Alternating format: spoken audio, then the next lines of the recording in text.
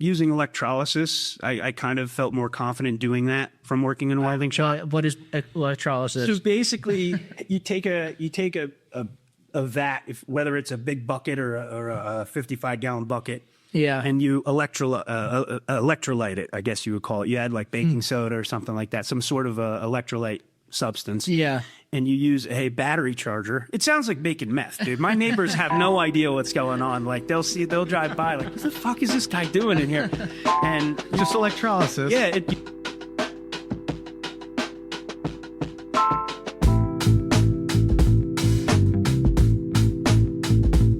Welcome back to Brew That Podcast. I'm your host, Richie Tevlin, joined as always by Evan Blum. Hello. And today we welcome on Kyle Seip, a.k.a. Cast Iron Kyle.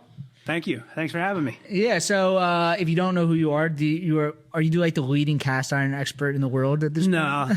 I was just, you know what I am? I think I'm a guy that got lucky. I believe in, being positive and helping people and, authenticity. And that's what I think kind of helped me out.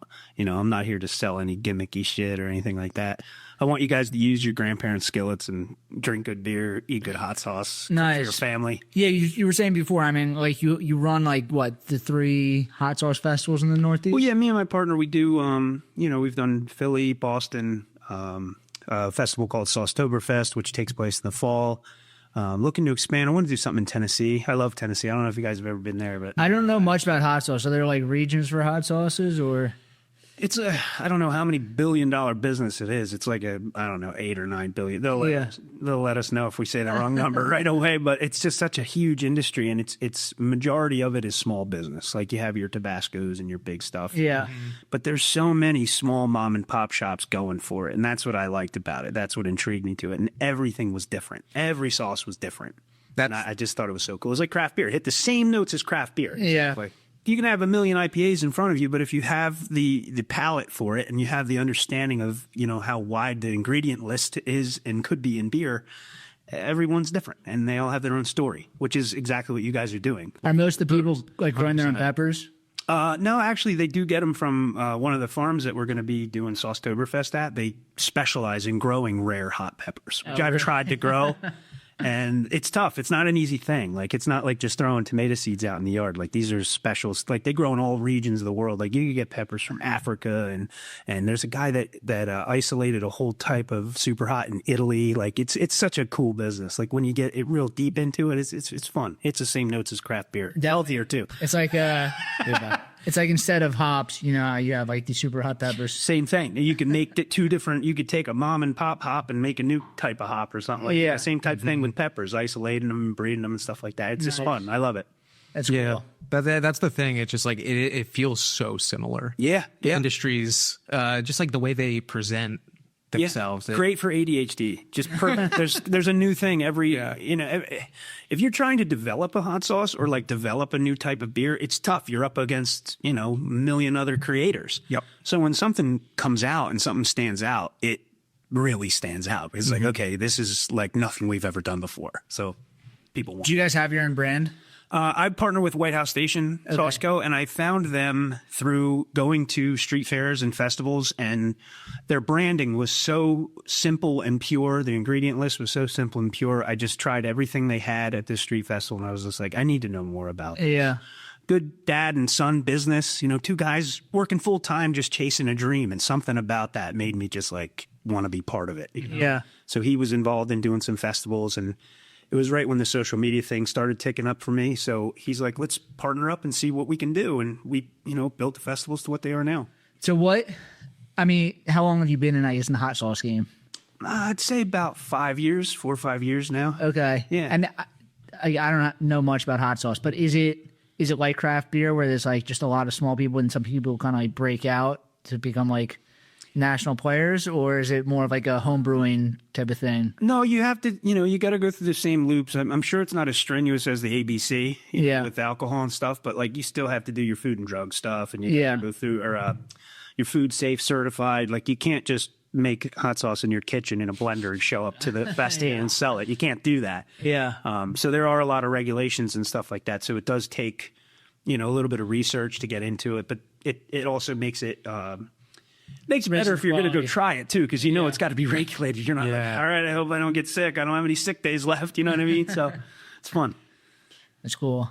But I guess the main thing, I mean, cast iron Kyle. I guess you've been doing cast iron for a while. Long time, yeah, like a decade, yeah. Can you talk about how did you become a fan of cast iron? How did you get into this hobby? So I like to cook. Yeah. When I was like 18, I don't know how old I am now, 30-something, 37, 38, whatever. When I was like 18 years old, my grandpa got like Alzheimer's and dementia and Parkinson's all within a year, and he just went so downhill. And I'd never lived more than a half hour from any of my grandparents, so we were just very close. And I didn't want him to be taken care of by a stranger. And he didn't want to go into a nursing home. So I'm like, you know what? Fuck it. I quit my job. I quit school, dropped everything, left my friends. I was 18 years old. I should have been partying. I should have been living, you know. But I went and lived with him. I took care of him around the clock, 24/7, and I learned to cook. And he was from Eastern Tennessee, so I knew if I had to cook, it had to be good food, because you don't eat shitty food in Tennessee. There's no bad place to eat down there. So I learned to cook, and I learned that cast iron was the best way to cook. It's also the best for you, and I didn't want him to eat anything bad or have any. I wanted to do the best job I could for him, and cast iron was the vessel for that. And then, I just went on with my life. I lived with him for about 5 years. And then after that, I went back into the work world and, doing night courses and stuff like that. But I always kept this want to cook, like this love of cooking things.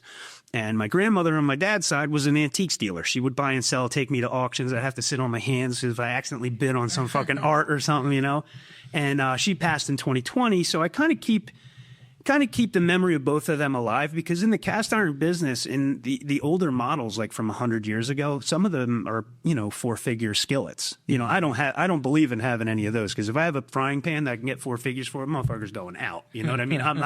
That's not hanging on the wall. That's going to pay a mortgage payment, But I learned about it, and I was like, man, this is crazy. Like, one skillet this size is, $150, but the next size up is more rare, and it's $1,000.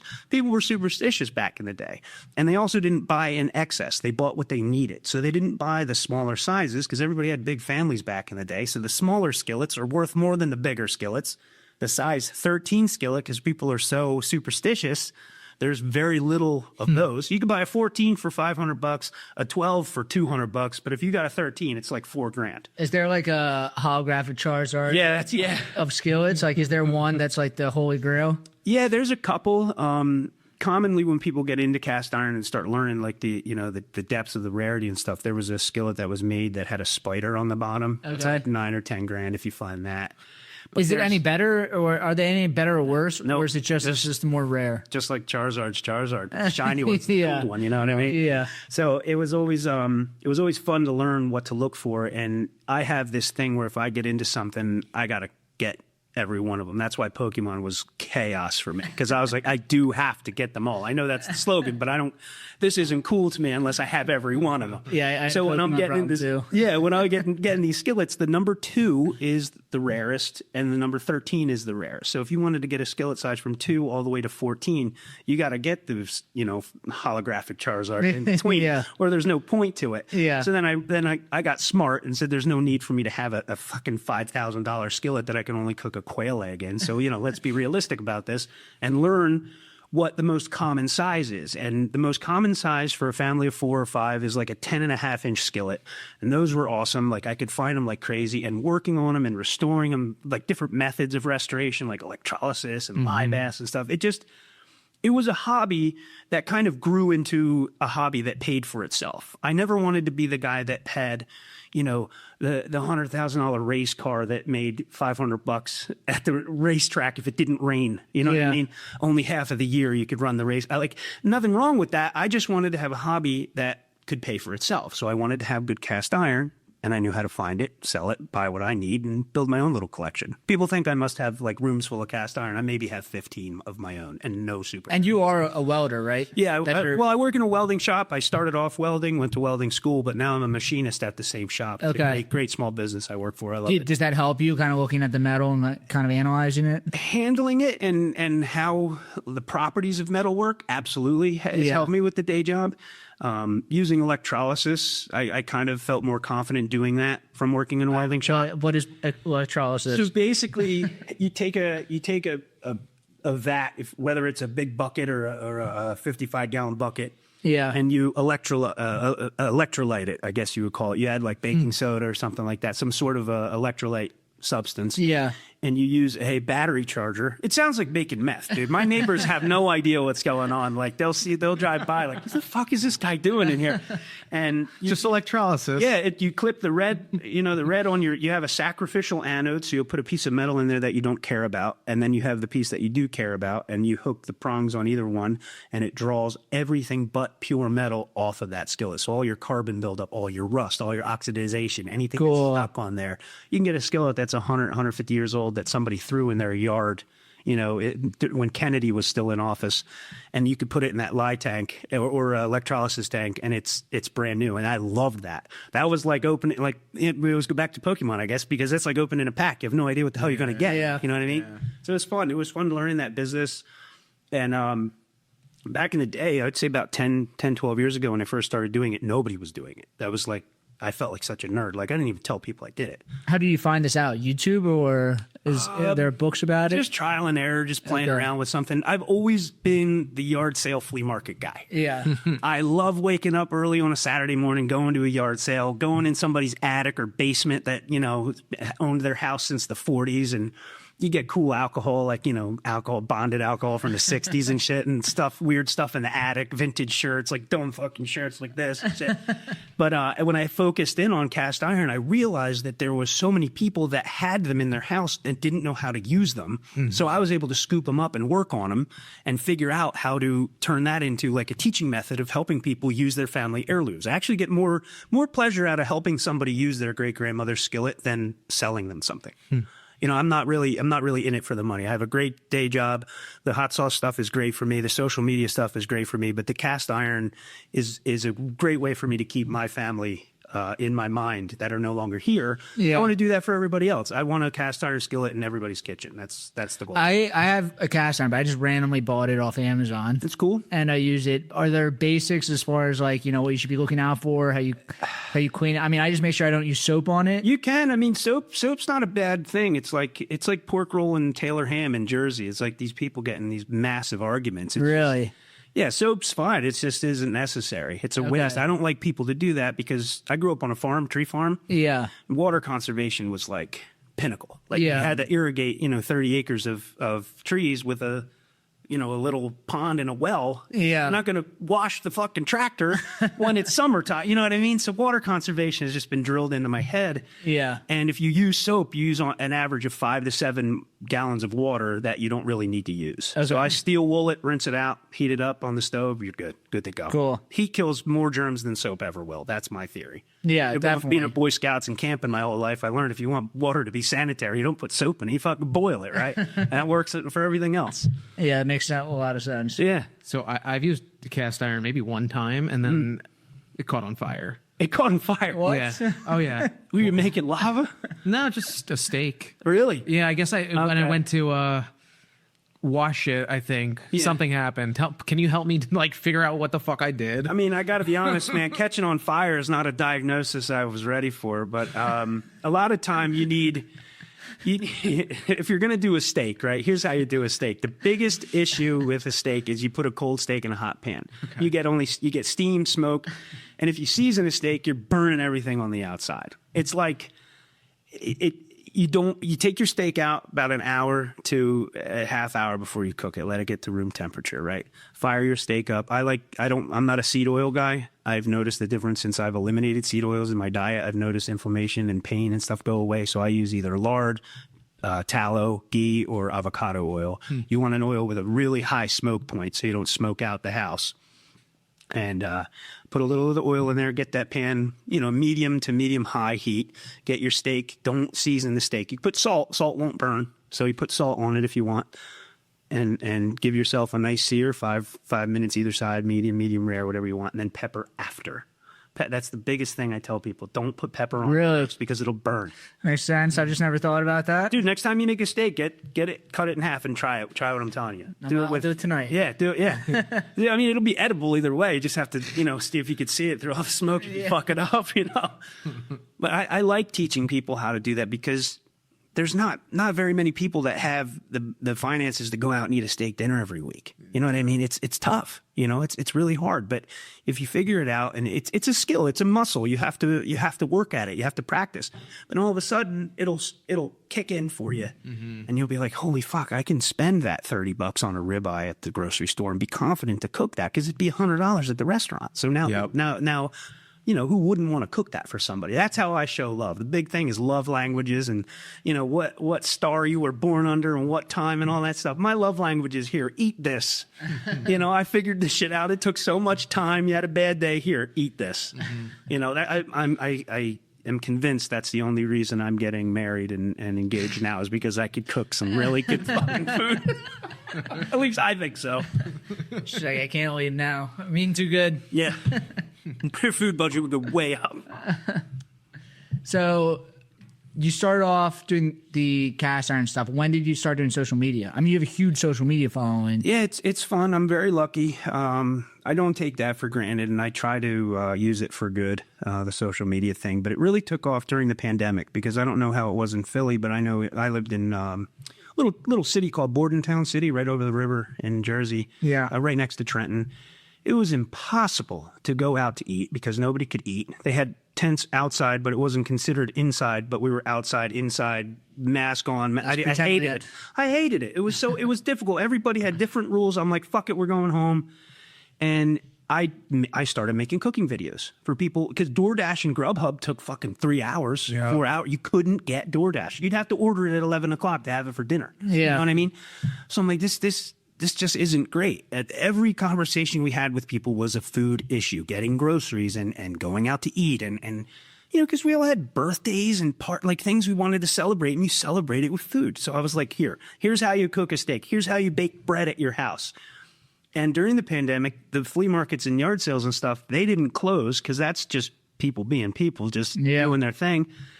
And I didn't have much to do, so I just started stacking skillets up. And I had no social media no social media following at that time. And there was a couple chefs I liked on YouTube. I was really big into watching YouTube videos and learning to cook myself. And I was like, you know what, fuck it. I had a couple too many of these guys one night, and I was like, I'm just going to take a picture of the stack of cast iron I have and message it to these chefs. And I'm like, you know what, I'm not going to blanket it. Like, I'm not going to, you know, firebomb it off to everybody. So I'm going to pick a couple guys that I really like.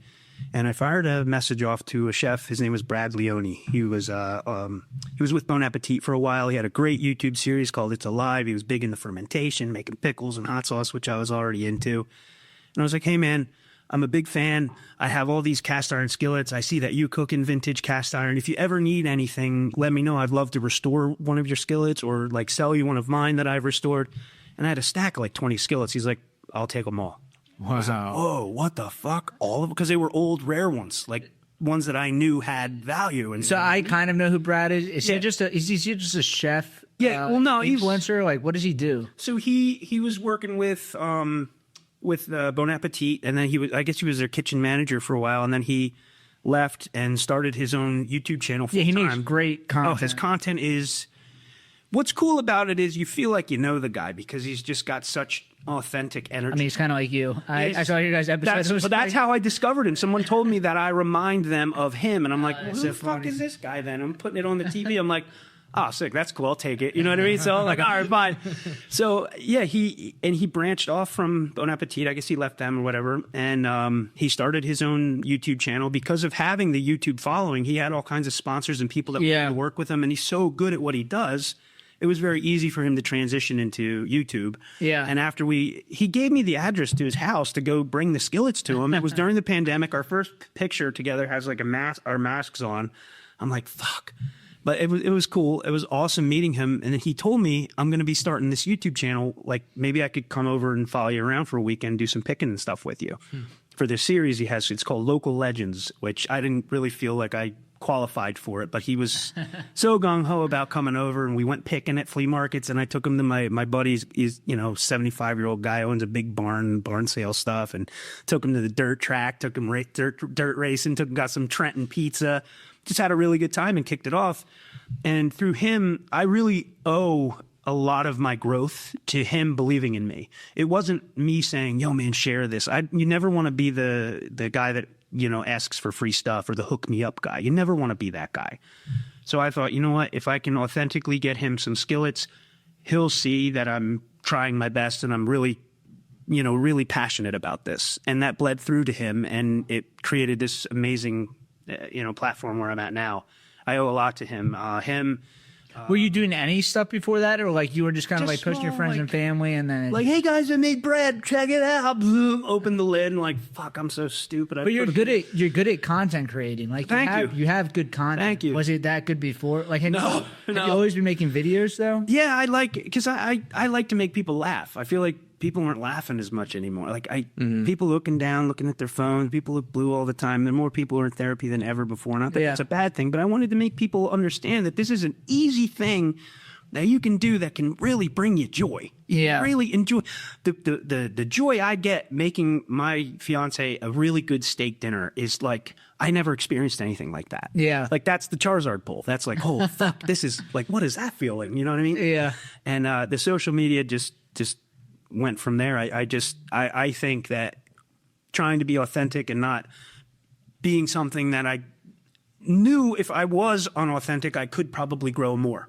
I could get followers from all over the place. But I said if I, hone in on who I am. So like short term, you can probably get like more followers, but like people see that like the authenticity. It'd be very easy to 250,000 followers would be nothing, but I'd have to become something I don't. But I think you would stop at 250,000. Like I think that like what you have is like long term. Yeah. Like, it's a real brand. Yeah. I would. I mean that I could get that following, but I would have to become something I don't want to be. Yeah. And I would have to sell products I don't believe in, and I'd have to be very unauthentic, and I'm not about that. So you started this in the pandemic, kind of like pushing the Instagram, but the Full Slice podcast with you and your brother. You've been doing that for a while, right? Yeah, about 10 years now. Yeah, my brother and I have been doing that. It's really fun. My brother and I are cut from two different cloths, and I feel like if we didn't have the podcast, we wouldn't have too much in common. We play music together. He plays good piano. I play guitar. We jam and stuff like that. But the podcast really brought us together and kept us close. And I'm very grateful for that. If anything, that's what's the best about it.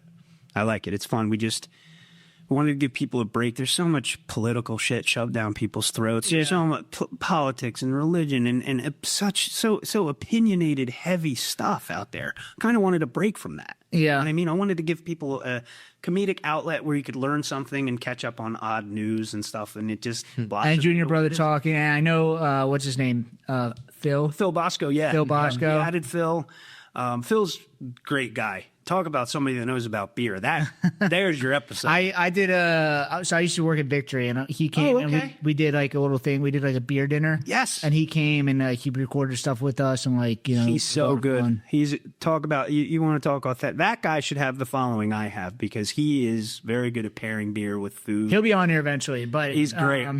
It's it was fun to like bring him on because like I didn't know that you guys knew each other, and then all of a sudden he just started like being on your podcast. It was like, oh, okay. That's the cool part about social media because Phil just came through my algorithm. I was in my basement. I was drinking other half. I remember the beer. Did you use food pairings or the miniature stuff? Came right through the miniature. Yeah, the miniature stuff is so cool. I think it was Westkill Brewing. He did one for, which is a brewery in upstate New York, and it just. I'm like, what the fuck? That's so cool. I didn't see anything like that. It looked almost like stop animation, like a Wallace and Gromit type thing. And I'm like, man, how talented is this guy? I'm like, oh shit, he's writing PA. So what I did with Brad, I was like, hey man, if you ever want to collaborate, like cook something together and pair it with beer, I would love to collaborate with you. Yeah. And the next guy after him was my buddy Chris on the algorithm. I said the same thing just to those two guys. And they turned into like my best friends ever. Like I couldn't even design better people to be in my life. It's great. That's the power of social media is great if you harbor it right.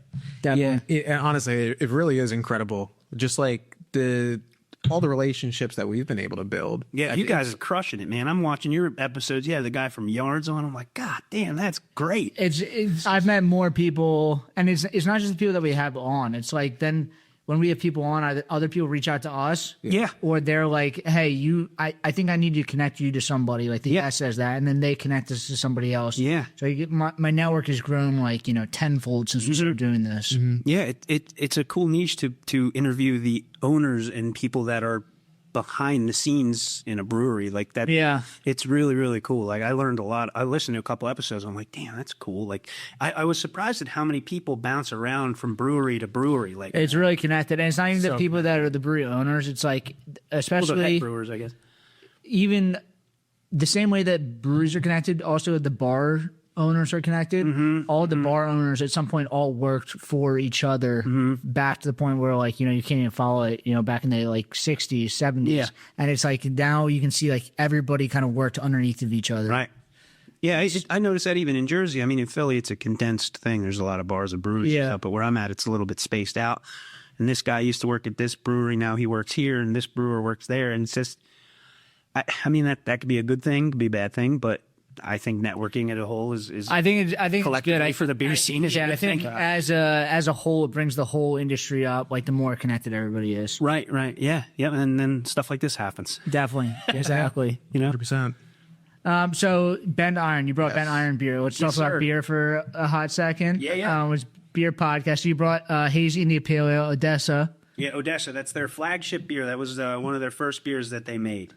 They're the first brewery in Hamilton, New Jersey, which is kind of right next to Trenton, New Jersey, where I'm from. And when they announced that they were opening, I got a bunch of DMs saying, "Oh, iron! They're iron in their name. Cast Iron, Kyle, Bent Iron. You got to collab with them." I'm like, wait a minute. I'm not partnering with Puritan's Pride Vitamins just because they make iron vitamins. We got to see if the beer's good first. You know what I mean?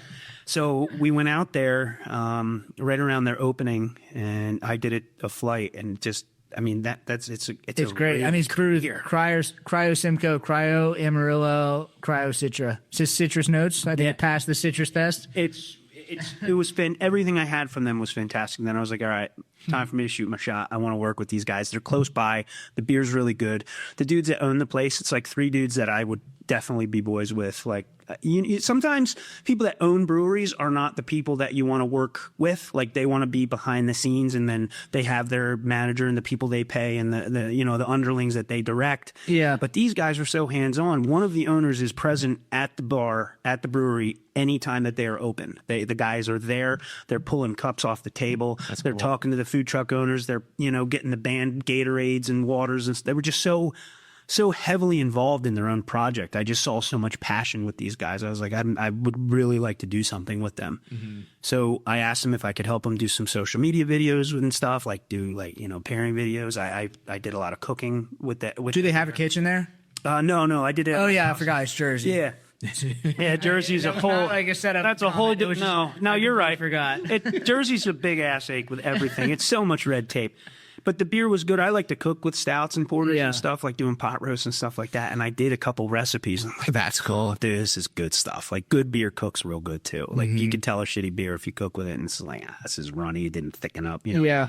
And I thought about it. We were doing Philly Hot Sauce Festival in Boston and stuff at the time. I was like, this place where their property is so conducive to a festival because it's just so big and open. They have a big hops field right there where you could literally... Oh, it's a farm brewery, guys. Yeah, it's like a farm. Cool. Yeah. Cool. And they had a big... they used to have a field where you could just go pick wildflowers. At their 1-year anniversary party, they had buckets of sunflowers that they grew themselves to give to people. They were just... It was so positive for the community for these guys to come in, and they came in wide open. They were fucking... It was so awesome. And... we did what we called Hamilton Hops and Heat Festival there. It was like a trial run. We invited 6 or 8 vendors, hot sauce vendors, and it was a hit. It was so fun. We did charity giveaways and stuff like that. We do awards and tasting. It's just fun. It's just a good community. I feel the beer community pairs very well with the pepper community. Ever since I got into craft beer, it's like everyone that I've worked with is always like, they make their own hot sauce or really into hot sauces.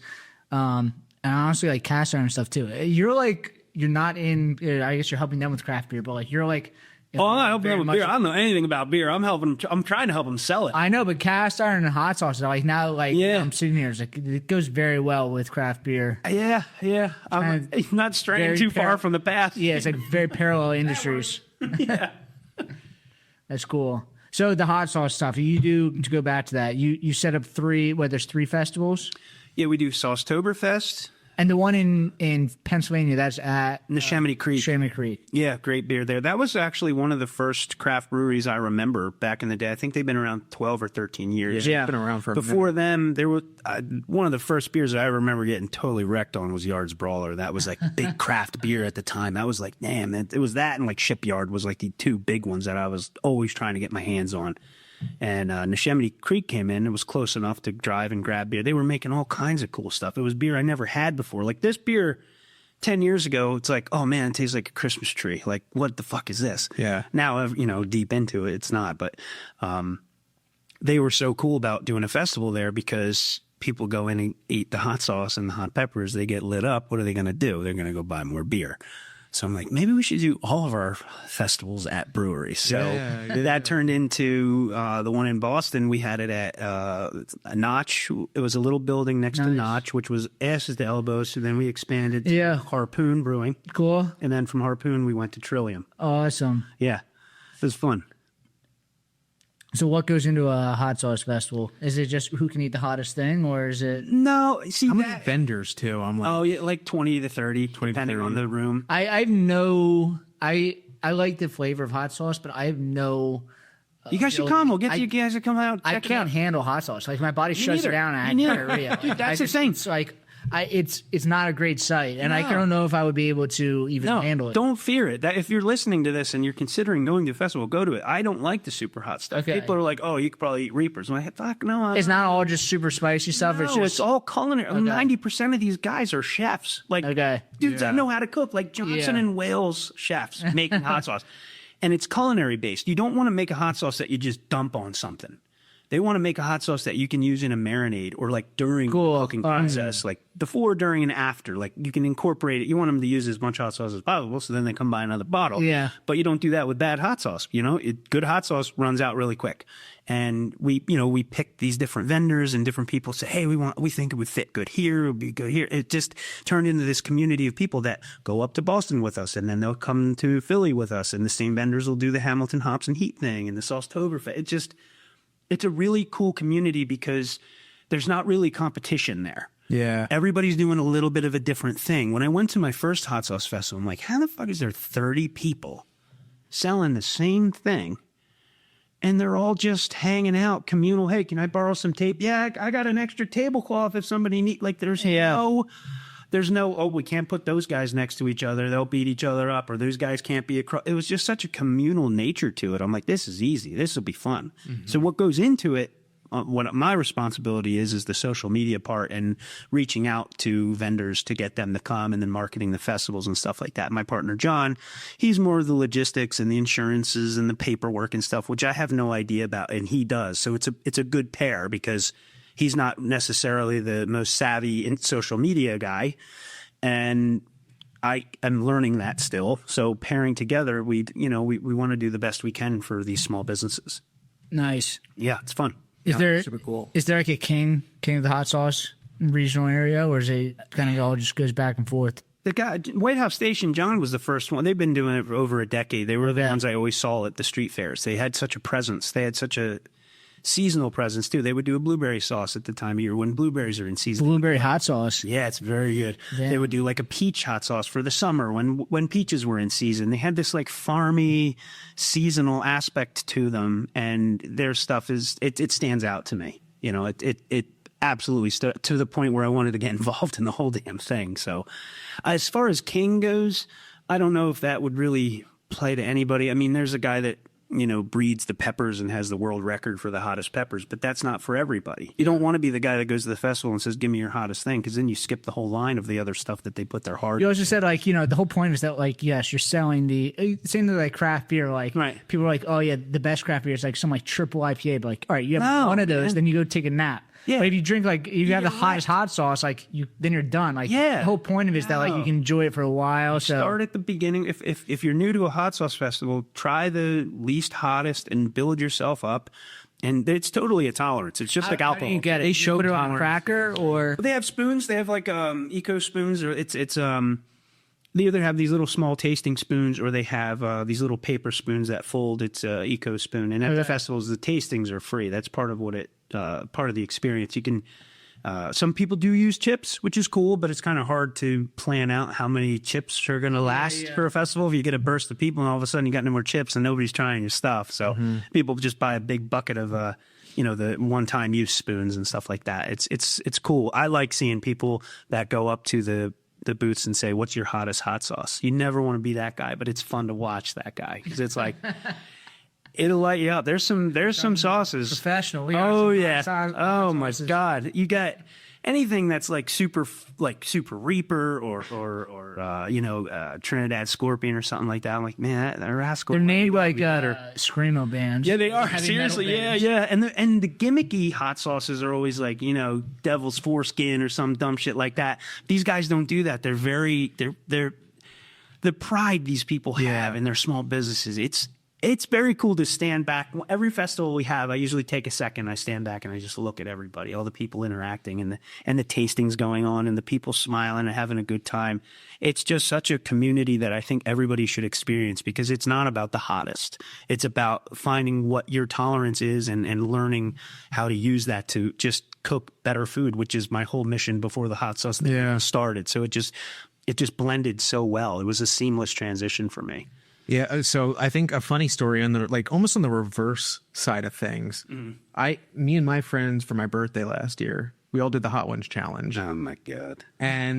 But what I'm saying is, throughout that experience, the bomb, yeah, that one's terrible, dude.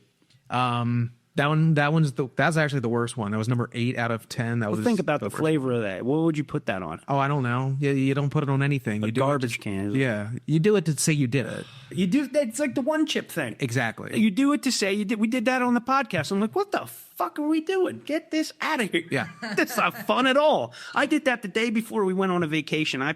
We had to stop at every stupid grocery store in the Poconos. I was like, God damn, I'm never doing that again. Oh, it's a whole experience. Did you like some certain sauces in the middle? That's the thing. That's where I'm getting to. Like at sauces number 4 through 6, I use now. Exactly. See, that's what. And I was like, I wouldn't have expected that. Yep. So it was really cool to actually see. It's like, okay, this is a queso sauce that I really enjoy with. Yeah, and then you hold in your things. tolerances, and the vendors, they always have, least hot to hot. Yeah. Every once in a while, you'll get a vendor that does it the other direction, which happened to me in Boston 2 years ago when we were at Harpoon. Harpoon was nice with giving us beer and hooking us up with stuff, and I had way too much beer. I didn't get sloshed or nothing like that, but I was just tasting so much from them because there's Harpoon's on distro down here, but a lot of the stuff that they make is very Boston centric. Like you can only get it within a certain vicinity, and if you're at the brewery, there's certain beers that you can't get. So I was trying everything, and I was it was towards the end of the second day, which is the day I kind of let loose. I'm not going to be drunk running around the festival because I got to be helping people. I got to be running the tasting and the eating challenges and stuff. But I went to this stand. It was Butterfly Bakery, one of the best hot sauce brands there is.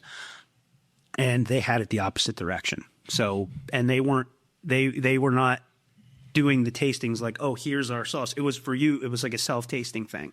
And their labels are very clear. Labels were very clear that it was hot, but I didn't see it. And I just went in the same direction as everybody else because I tried to try every sauce at the festival for the vendors. I wanted to give them feedback. And I go home with 20, 30 sauces every festival. But man, I ate the hottest one right off the bat. And I was like, fuck. Like, I didn't know how to fix it. I'm like, the only way to fix it is to have more beer. So I'm like, all right, I'll go. They had a Harpoon had a blueberry beer or whatever the hell it was. I got that.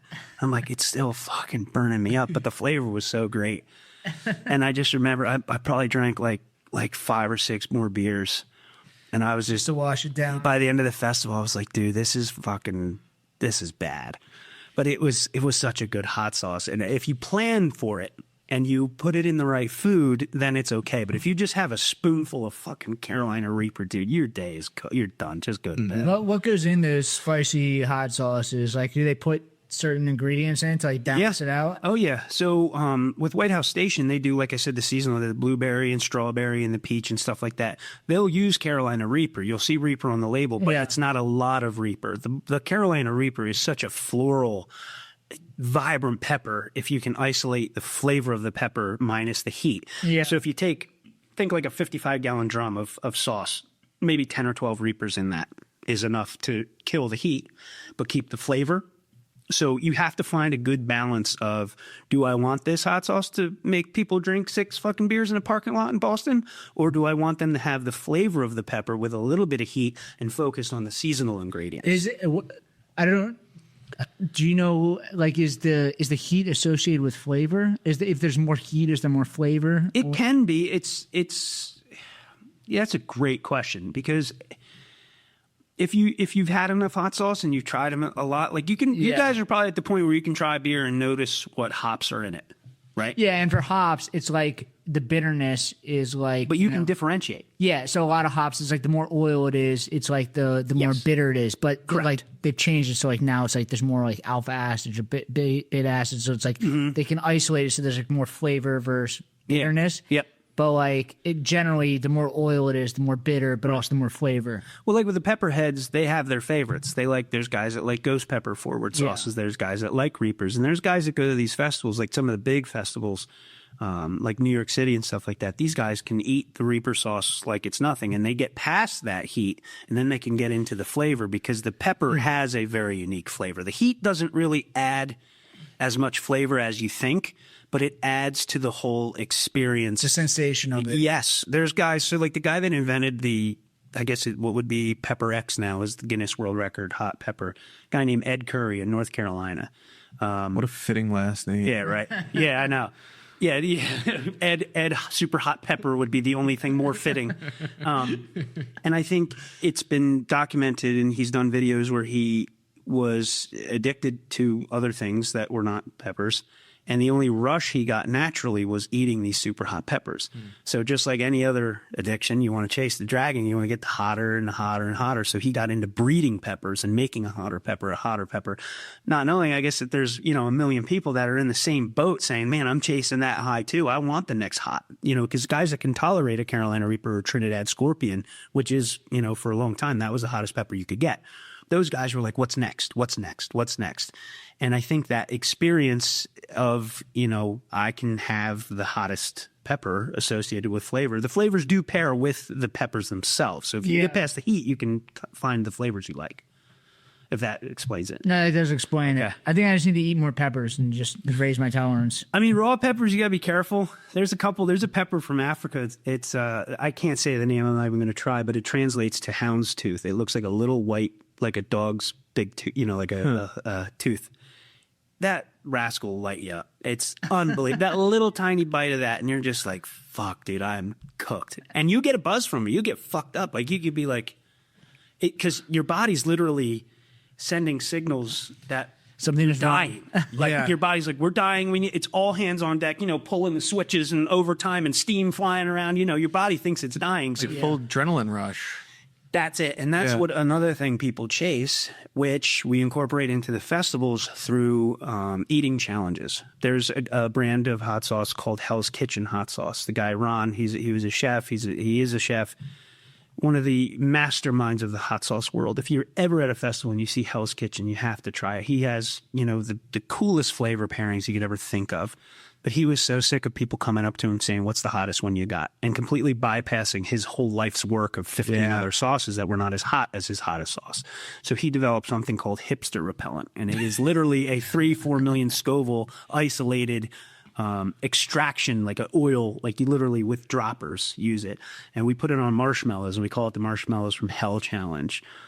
And we have guys that come back year after year, like Hulk Hogan defending the belt. Like, he's like, I'm back, I'm trying again. Like, the same guys coming, and those are the guys that can tolerate the heat, and they're eating these marshmallows. I'm watching it, just like, the first year we did it, I was like, is this fucking real?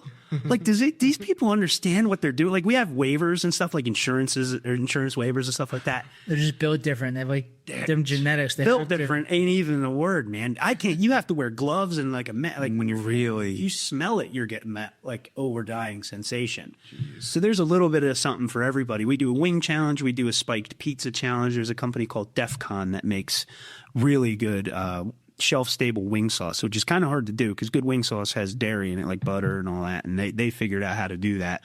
But they also did a lot of food festivals back in the day before the hot sauce world was huge. They did, food festivals, and people say, what's the hottest thing you got? So they developed a super hot seasoning called contaminated soil.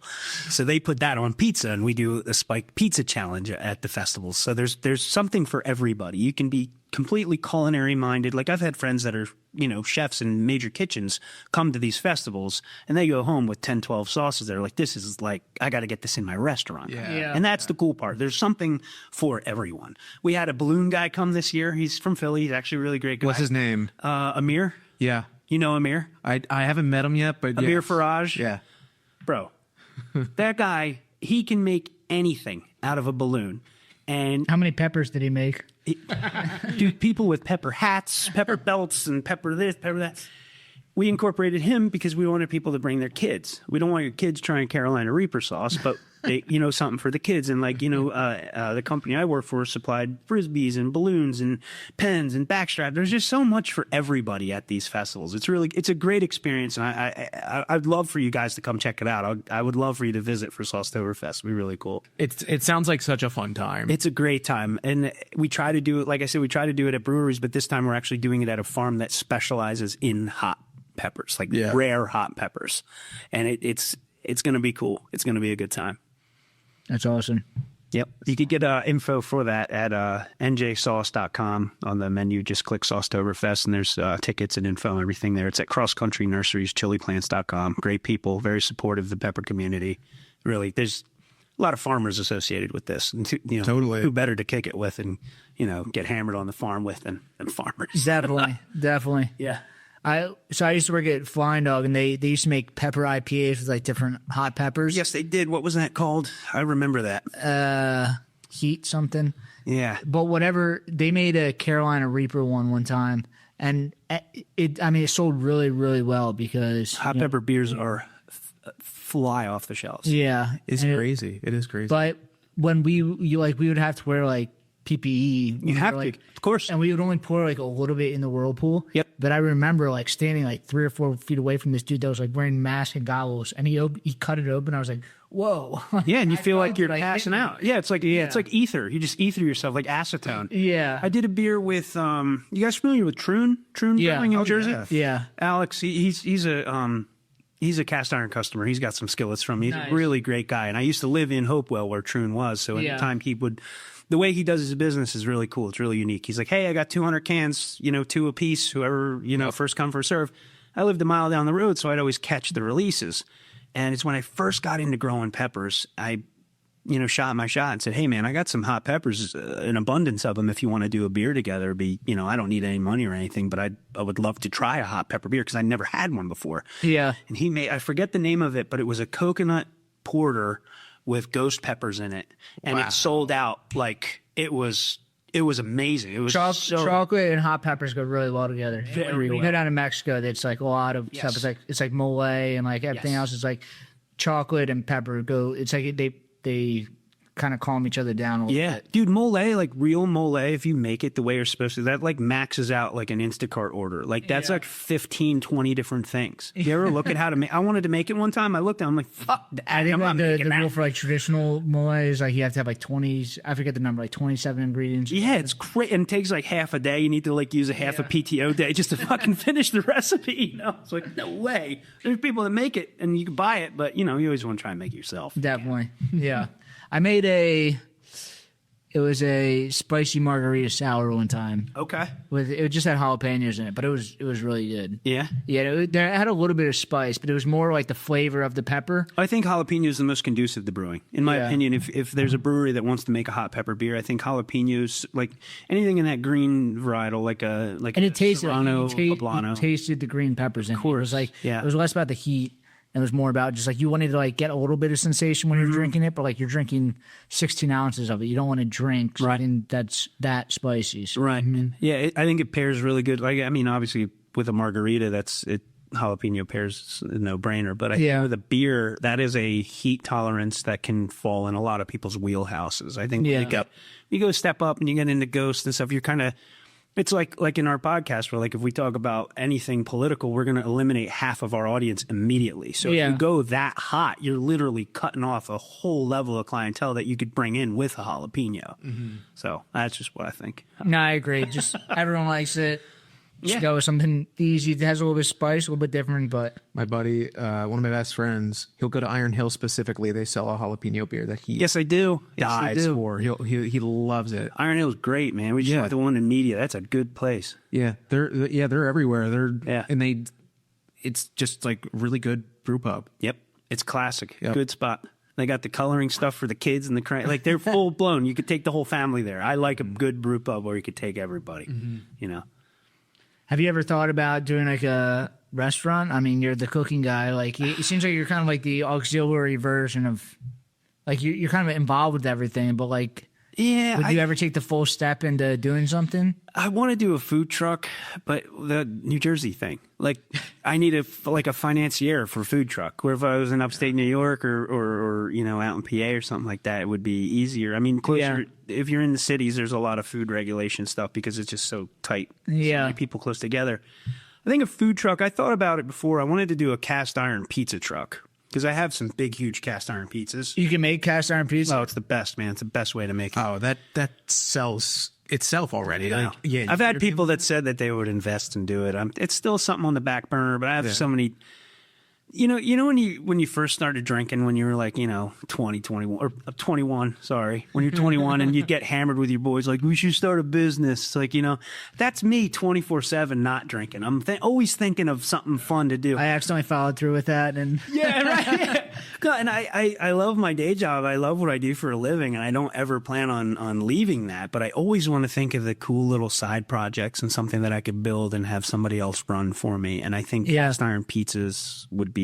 I'm a big food truck fan because they're all different, just like the craft beer, just like the Pokemon cards, just like beer. Like there's such a variety of them. I try to try as many as I can. There's a parking lot near my house. One of the thrift stores I go to, they alternate food trucks every day. They have 2 or 3 at the thrift store. at the parking lot of the thrift store. It's just a shopping center that the thrift store's in. And if it's a food truck I haven't had before, like I'll stop on my way home from work and just try something just to see what it's like. I think it's cool to have a restaurant on wheels. You can put it wherever the hell you want. Yeah. I mean, it's intriguing to me, but I need a pretty big oven because I got some big, I would do personal pizzas. What I wanted to do was get a skillet manufacturer to make me skillets at a cheap enough price point where you buy the skillet and the pizza, you take the skillet home and That'd be so cool. make your own pizza, like almost have like the ingredients on the bottom of the skillet or something like that. But that's just feasible to nobody. So, but I think a cast iron pizza truck would kind of be as far as I would go with a restaurant. I think that would be fun. How does it work? I mean, you restore cast iron, and then what? Do you sell them online, or do you? Have to... Yeah. I like I said, I offered them to chefs, and a lot of guys that run restaurants buy them. They cook a lot of steaks and a lot of chops and stuff in them. A lot of really high end restaurants have bought from me and continue to buy from me. I'm very cool. very lucky. I don't really talk about it a lot, but the biggest moment of that social media game was the Gordon Ramsay follow. Like I never thought that was coming. Oh, really? Organic. Well, I was taking a walk when I lived in Bordentown, and my buddy called me. He's like, dude. He's like, are you sitting down? I'm like, no, what happened? I felt like one of my parents died or something. I was like, what are you doing? Cut to the chase. What the fuck are you talking about? He's like, me and my wife were looking at your Instagram. It looks like Gordon Ramsay's following you. I'm like, shut up. I'm like, no way. And I looked, and it was legit. So I was like, all right. Because I was on the fence about continuing with it because I'm always trying to think of the next new thing, next thing. And it was before the social media even got big. I probably only had 10,000 followers at the time. And from to find it organically, that was my one little signal to push, to go a little further and to go a little Well, you are the cast iron guy. You probably know other people doing cast iron stuff.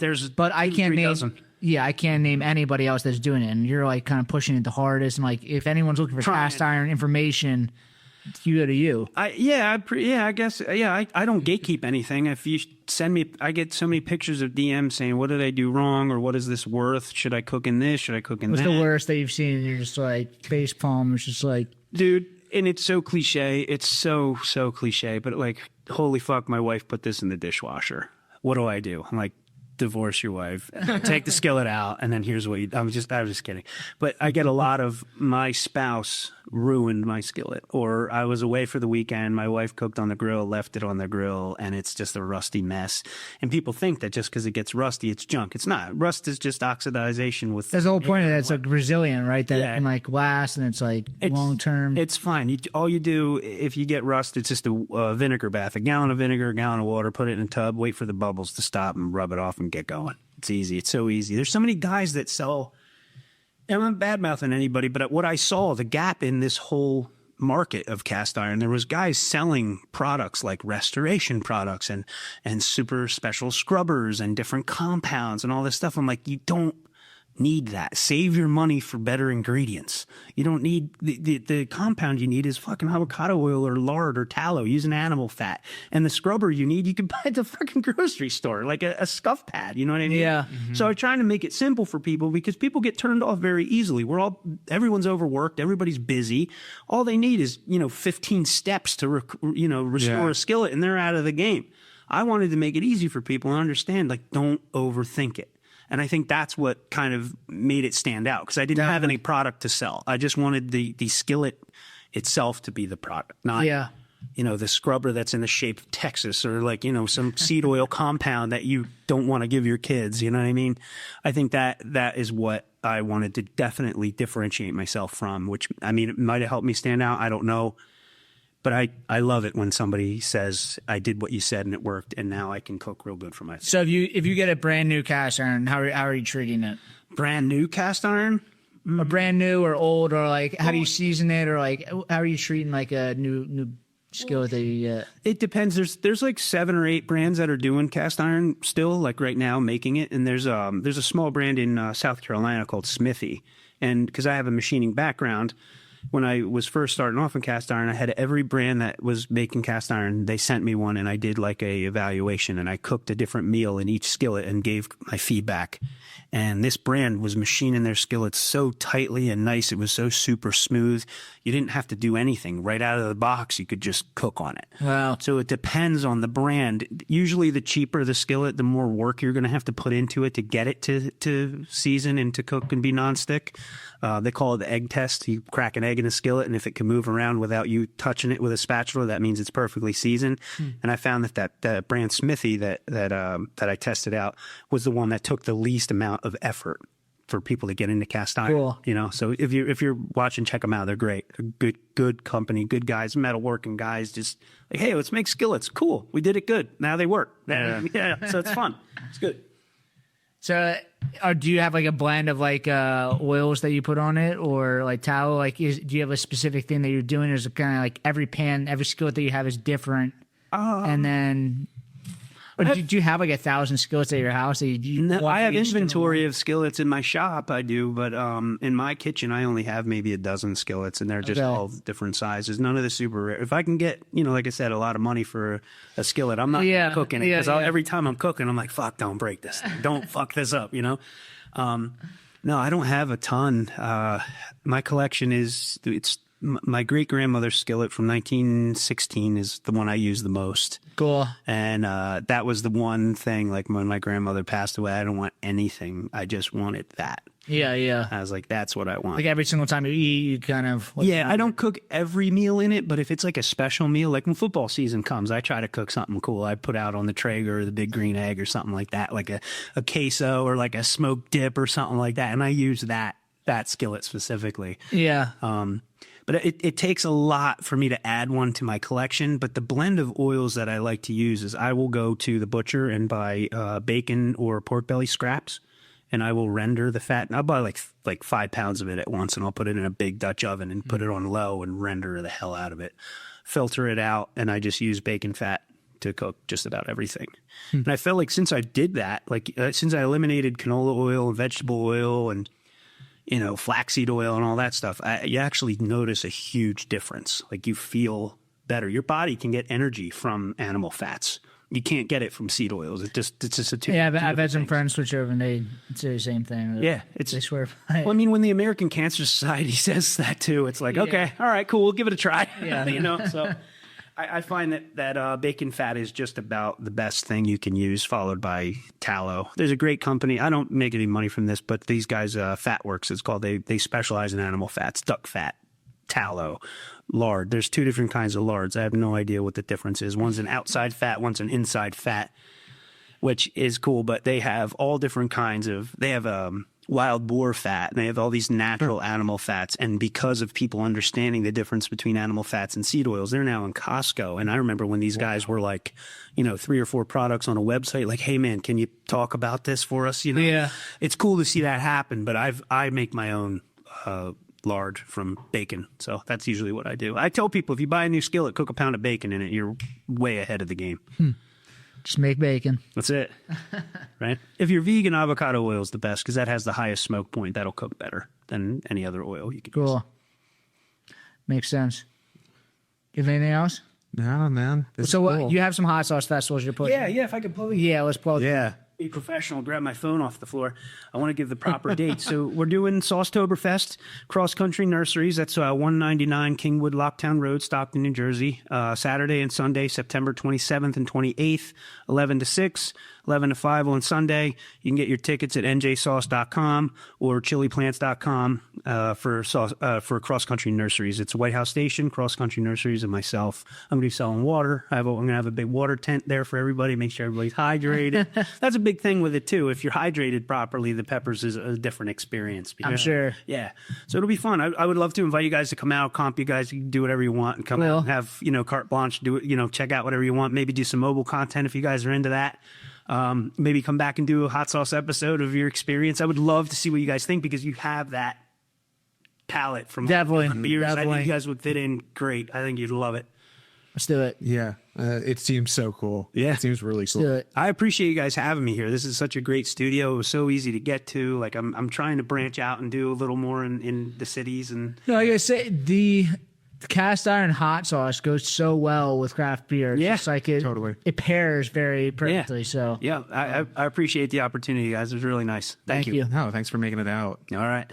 cool. Sweet. Awesome. And then you can catch us at Brewdat, at the Brewdat Podcast. Subscribe on YouTube and Spotify, like, interact, all that other stuff. All right. We'll see you guys next week. Take care. Sweet.